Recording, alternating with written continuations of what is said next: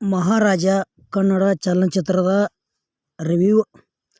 ಮಹಾರಾಜ 2005ರಲ್ಲಿ ಬಿಡುಗಡೆಯಾದ ಕನ್ನಡ ಭಾಷೆಯ ಕೌಟುಂಬಿಕ ನಾಟಕ ಚಿತ್ರವಾಗಿದ್ದು, ಓಂ ಸಾಯಿ ಪ್ರಕಾಶ್ ನಿರ್ದೇಶನದಲ್ಲಿ ಸುದೀಪ್ ಮತ್ತು ನಿಖಿತಾ ತುಕ್ರಾಲ್ ಪ್ರಮುಖ ಪಾತ್ರಗಳಲ್ಲಿ ನಟಿಸಿದ್ದಾರೆ.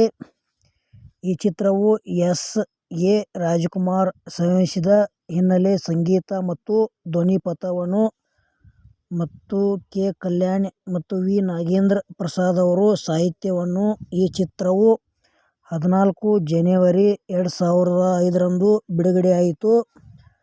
ಮಹಾರಾಜ ನಿರ್ದೇಶಿಸಿದವರು ಓಂ ಸಾಯಿ ಪ್ರಕಾಶ್. ಚಿತ್ರಕಥೆ ಬರೆದವರು B. A. Madhu, M. S. Abhishek. ಕಥೆ ಬರೆದವರು ಬಿ. ಎ. ಮಧು. ನಿರ್ಮಿಸಿದವರು ಆರ್. ಎಸ್. ಗೌಡ. ನಟಿಸುತ್ತಿದ್ದಾರೆ ಸುದೀಪ್, ನಿಖಿತಾ ತುಕ್ರಾಲ್. ಛಾಯಾಗ್ರಹಣ ಎಚ್. ಸಿ. ವೇಣು. ಸಂಪಾದಿಸಿದವರು ಪಿ. ಆರ್. ಸೌಂದರರಾಜ್. ಸಂಗೀತ ನೀಡಿದವರು ಎಸ್. ಎ. ರಾಜಕುಮಾರ್.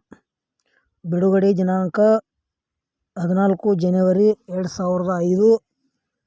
ಚಾಲನೆಯ ಸಮಯ 154 ನಿಮಿಷಗಳು. ದೇಶ ಭಾರತ. ಭಾಷೆ ಕನ್ನಡ. ಕಥಾವಸ್ತು: ಒಬ್ಬ ವಿವಾಹಿತ ದಂಪತಿಗೆ ಒಂದು ಗಂಡು ಜನಿಸುತ್ತದೆ ಮತ್ತು ಅವರು ಒಂದು ಮಗುವನ್ನು ದತ್ತು ತೆಗೆದುಕೊಳ್ಳುತ್ತಾರೆ.